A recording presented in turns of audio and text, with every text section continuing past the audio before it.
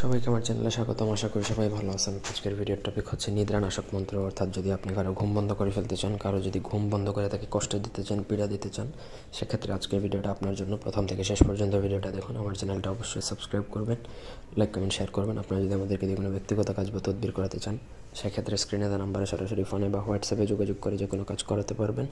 দেশে বা দেশের বাইরে থেকে কারো তদবির প্রয়োজন হলে কুরিয়ার বা পার্সেলের মাধ্যমে নিতে পারবেন সারা দেশে।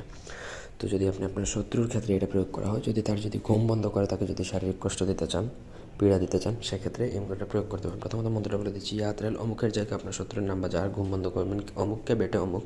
প্রথমত তার সে যদি মেয়ে হয় তাহলে তার মায়ের নাম, দ্বিতীয় জায়গায় আপনার শত্রুর নাম বা যাকে করবেন তার নাম, আর যদি ছেলে হয় তাহলে প্রথমে তার বাবার নাম, দ্বিতীয় অমুকে তার নামটা কি নিত বন্ধ করো হকে ইয়া কাফিয়া কুদুসু।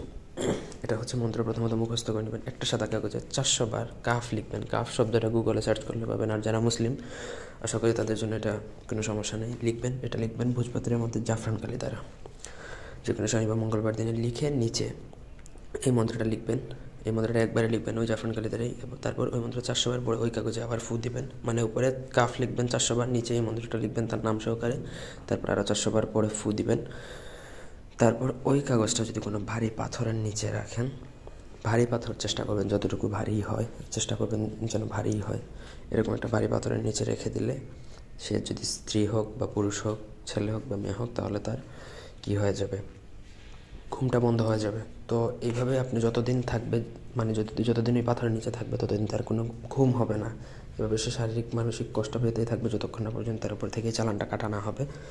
তো এই ছিল আজকের ভিডিওটি ভালো লাগলে লাইক দিবেন, কমেন্ট শেয়ার সাবস্ক্রাইব করবেন, অনুমতি নিয়ে কাজ করবেন। ধন্যবাদ সবাইকে। আল্লাহ হাফেজ।